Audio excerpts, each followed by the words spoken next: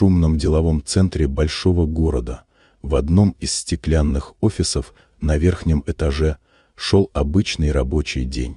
Люди спешили по коридорам, телефоны звенели, а ассистенты менялись местами за компьютерами.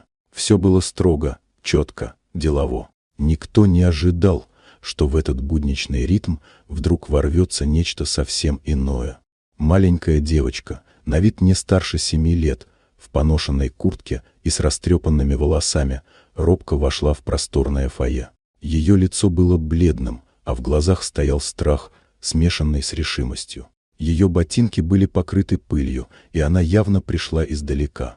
Люди оборачивались, недоумевая, откуда здесь ребенок. Но она целенаправленно подошла к стойке ресепшн и тихо произнесла просьбу, от которой у сотрудницы потемнело в глазах: «Помоги мне, мамочка больна».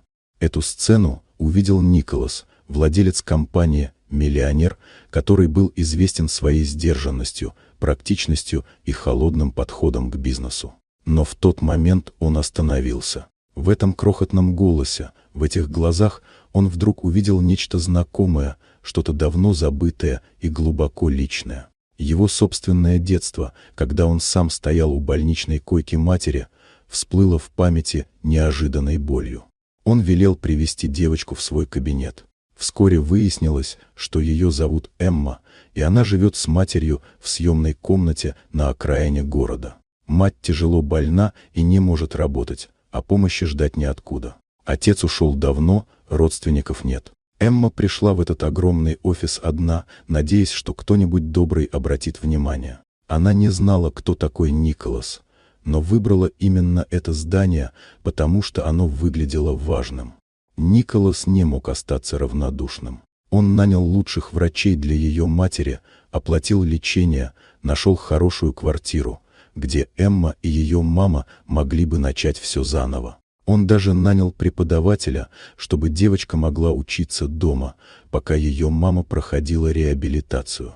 И сам стал навещать их все чаще. Со временем между ними установилась особая связь. Эмма стала словно лучом света в его строгой, выверенной жизни. Он понял, что не все измеряется цифрами и контрактами.